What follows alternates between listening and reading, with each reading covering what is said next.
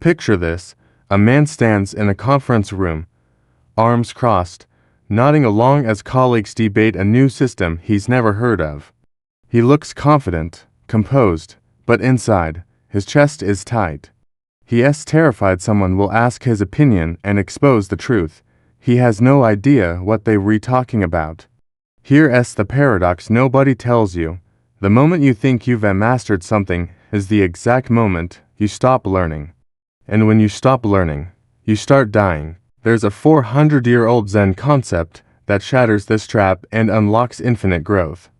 But first, you need to see what happens when you ignore it. You climb the ladder, you get promoted. People ask for your opinion, defer to your judgment, validate your expertise. And that's when the trap closes. You stop questioning yourself. Why would you? You've arrived. But here's what happens next. You become rigid, defensive. When someone challenges your ideas, you don't listen, you protect. And while you're busy guarding your little kingdom of knowledge, the world evolves around you. Your skills rust, your curiosity dies. You become the obstacle you once bypassed. Most people will never realize they stop growing until it's far too late. Until they're replaced, overlooked, or left behind. Let me show you someone who almost lost everything because of this. Meet David, 34 years old, senior software engineer at a respected tech firm. In every meeting, he's the one people look to, the expert, the guy with the answers. But beneath that confident exterior, David is suffocating. He's bored, anxious, secretly terrified someone will discover he doesn't know as much as they think. So he does what trapped experts do. He dismisses new frameworks, waves off younger colleagues' ideas, and shuts down anything that threatens his identity as the smart one. Then comes the moment that breaks him. A junior developer proposes a solution one David had rejected weeks earlier, and it saves the entire project. Sitting at his desk that afternoon, shame crawling up his throat, David realizes the truth. He's become the obstacle. When did I stop learning? That night, searching for an answer, David stumbled on a concept that changed everything. Shoshin, a Japanese Zen term that translates to beginner's mind. It's the practice of approaching everything no matter how familiar with openness, curiosity, and zero assumptions. Zen Master Shunryu Suzuki put it perfectly. In the beginner's mind, there are many possibilities. In the expert's mind, there are few. Think about that. Experts defend what they know. Beginners explore what they don't. Experts close doors. Beginners open them. And here's why Shoshin feels so terrifying. It means admitting you don't know. It means letting go of your carefully built identity as the smart one, the experienced one, the person who has it all figured out. Your ego will scream, but when David finally embraced it, everything shifted. His career, his relationships. His mind exploded with possibility. Here's the system David used, and the one you'll start today. David didn't just read about Shoshin, he built a system around it. For practices that rewired how he saw the world, practice 1. Question your certainty. David started asking himself one question in every conversation: what if I'm wrong? That small shift cracked open blind spots everywhere, assumptions he'd carried for years, without ever examining them. Practice 2. Learn from inferior sources. He began listening to interns, reading beginner tutorials on topics he thought he'd mastered, watching intro videos on his own field. The insight hit him hard. Beginners ask the questions experts forgot to ask. Practice 3. Embrace confusion.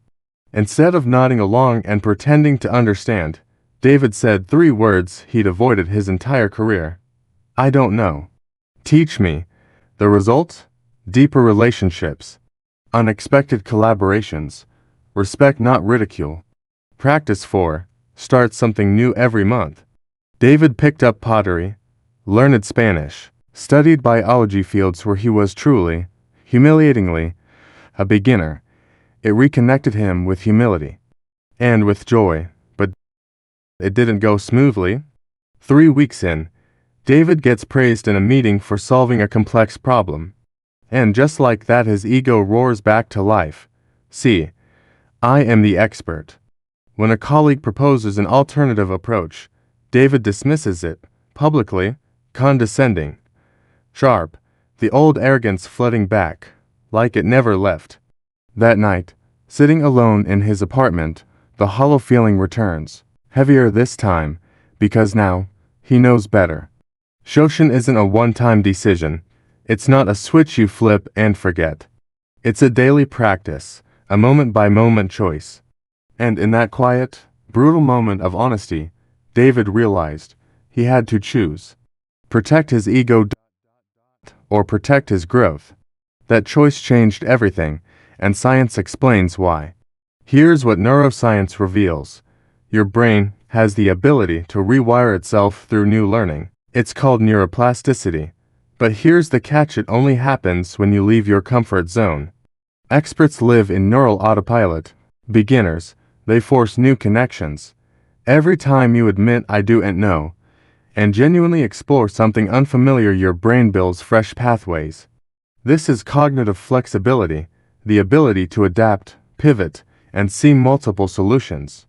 It's directly linked to career success, creativity, and mental health. Then there's ego depletion. Defending your identity as the expert burns massive amounts of willpower. Letting go frees that energy for actual growth. People who cling to expertise get stuck.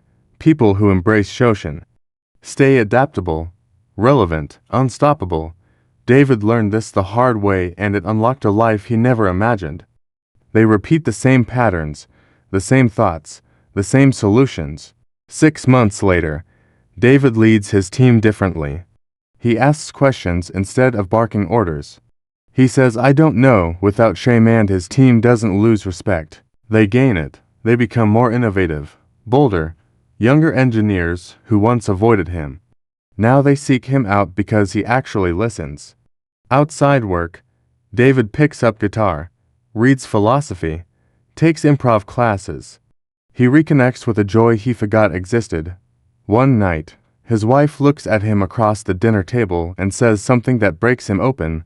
You refun again. You actually listen now. And in that moment, David realizes the shift isn't about what he knows. It's about who he's become. I'm not the smartest person in the room. I'm the one who never stops learning. And that's scarier and more powerful. And now, it's your turn. Your challenge is simple but terrifying. Choose one.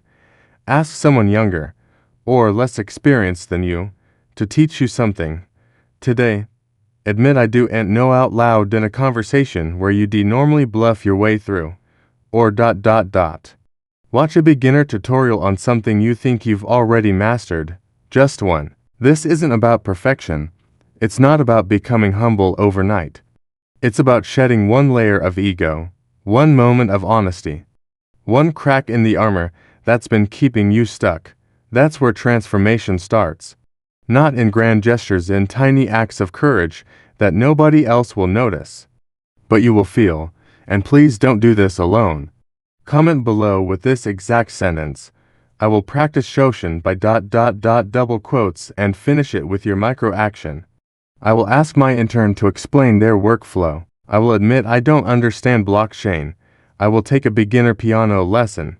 Whatever it is, make it public. Make it real. Because here's what you need to understand. You're not just learning something new. You're becoming someone who never stops growing. 5 years from now, you'll look back at this moment, and you lines ask yourself, did I stay stuck in false mastery protecting an identity that kept me small? Or did I choose to stay curious, adaptable, unstoppable? David chose growth. So can you. Comment your commitment right now. Let's build a community of eternal beginners. People who aren't afraid to admit they don't know, because they're too busy becoming who they're meant to be. Thanks for watching. And don't forget to subscribe for more.